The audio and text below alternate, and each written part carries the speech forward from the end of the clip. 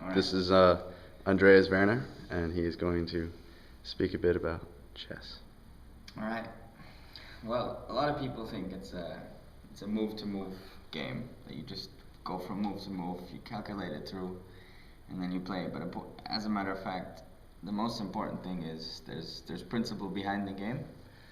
The most important one, which is really the root of the game, is to control the center. So these four squares form the nucleus, the big center, and you have the extended center around it. So the whole point of the opening, when you start the game, is to control the center.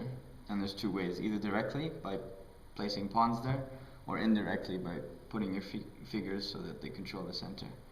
So if you would let's say white play the way it wants to, it would just go place two pawns, let's say maybe here, move the pieces around it,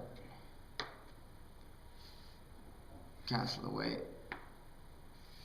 and then control the center. So now you have optimal control of the center. All the pieces point towards the center. The bishops, the knights, the queen, everything's in the center. And what happens when you control the center, it's very, very difficult for the other person to attack you. And it's very, very easy for you to decide, okay, do you want to go this way, do you want to attack here, do you want to attack there? So controlling the center is vital for your own protection and for attacking as well. So that's one of the main principles a lot of people tend to forget, even at mid to high levels, because you get you get your mind to think about, okay, how do I do this? If I do this, what does he do as a response? And you kind of lose out on the important principles. So this part, which I just showed, is, let's say, the opening. So the game is roughly divided into three phases. The first one is the opening.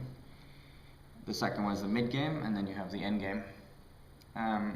As the opening says, you open the game. In this case, just quick repetition. You move out your pieces. You try to move them only once to get them to play in the game, to control the center.